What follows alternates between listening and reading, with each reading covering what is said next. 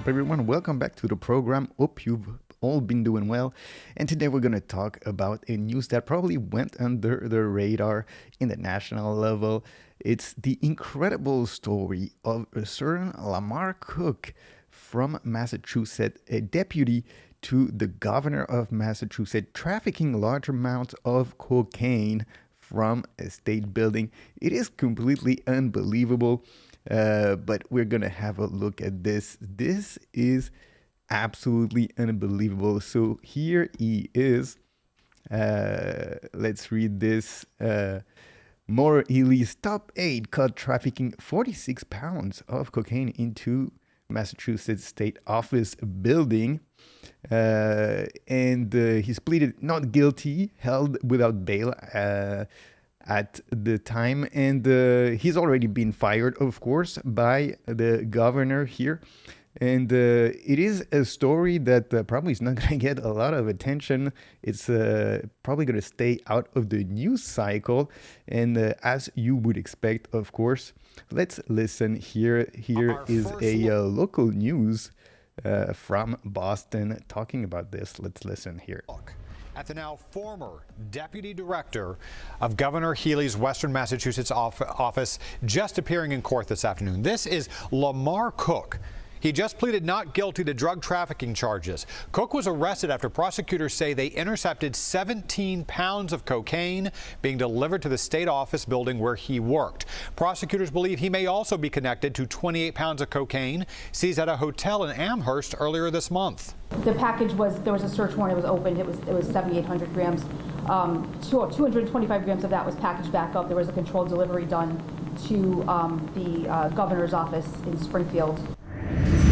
So let's listen now to Maura Healey talk about this when asked by the press about the process of her hiring that person. And here's what she had to say. That individual underwent a complete background check. He's been terminated. He was immediately terminated. And that's all I can say right now. As you know, it's subject to a criminal investigation, so I can't comment further. You're not making any hiring process decisions after this? No changes at all. We have an extensive background process. That individual. So the question that you couldn't really hear the reporter ask was, are you going to change your, your policies when you recruit people to avoid something like that happening again? And the answer was no, absolutely no changes at all. We don't need to change anything. We have an extensive background check process, which basically was not enough to prevent this guy from trafficking kilos of cocaine. But is the governor of Massachusetts gonna question herself and her hiring policy? Absolutely not. These people do not change anything, even when they're proven wrong. So let's read a little bit here, and we're gonna have a look now at what we've been talking, about the media for a while now on this channel. How the media is lying to you. They're purposefully misleading you and putting out the wrong information, because they have an agenda. And we're going to see this looking at this CBS article here. So they talk about this, and this is recent, this has been published today. And we'll see if there is a correction or retraction or something like that, but I don't think so. I think they're just going to publish this with false information, and they're not going to care. So what is it that we're talking about here? We're talking about the details, of course, the title, it basically is self-explanatory. But then when you go here into this paragraph here, it says investigators said they seized about 8 grams of suspected cocaine during a delivery at Cook's office on Dwight Street Saturday. And this is not at all the case. It is not 8 grams, it is 8 kilograms. And so when we go on the hill here, we're going to see, and here they're going to mention the correct amount here. Prosecutors say a shipment of nearly 8 kilograms, not grams, intercepted Saturday. And they mention more details into this operation here. And at the bottom paragraph here, they're going to mention the real quantities that we're talking about here. And they say, so far, law enforcement say it has collected a combined total of approximately 21 kilograms of suspected cocaine, including the 8 kilograms intercepted at the state building, and 13 kilograms intercepted during the October 10 seizures. So, the point here is that, if you're reading only from one source, you have your favorite source of news, then, and it is a mainstream media source, then very likely, you're being manipulated. They're putting out false information. And, I'm pretty sure we're never going to see a correction from CBS about that. They're just going to move on and say, oh, well, it doesn't really matter that we made this mistake. And it's probably not an honest mistake. It's probably something that they did on purpose to try to undermine, the gravity of the facts here. So I asked Grok, our favorite AI here, a few questions about that. So what is the street value of 8 kilograms of cocaine here? And Grok tells me somewhere between $224,000 and $560,000. So quite a lot of money here. And one of the questions that you could ask yourself is, how is this staffer, assuming he's the only person who's trafficking this, how is he able to buy that much cocaine himself? And perhaps it's not just him, perhaps there's other people. And we'll see if there's an investigation and if there's a follow-up from the media about this, which is probably doubtful. We'll never hear about this story again. A little more, asked Grok to tell me about the timeline of this story here. And, background of, Lamar Cook. He's earning about $114,000 to $115,000 annually. So how the hell is he going to afford $500,000 worth of cocaine?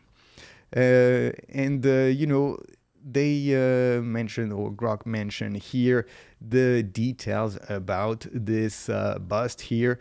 And on October 8, 10, they intercepted 2 packages in Louisville, Kentucky, en route to this hotel, this UMass hotel, containing about 13 kilograms of cocaine stamped with gold. Evidence tied these to Cook's prior oversight of the hotel. So Cook used to be a manager of some kind of this hotel, which, by the way, was used to house migrants. Very interesting. How everything connects really in this story when you talk about the policies that Democrats are pushing. And now this guy, he's trafficking cocaine from this hotel. Authorities conducted a controlled delivery of an 8-kilogram package to Cook's office in the Springfield State Office building. After he allegedly accepted it, state police executed a search warrant leading to his arrest. Total seizure, 21 kilograms.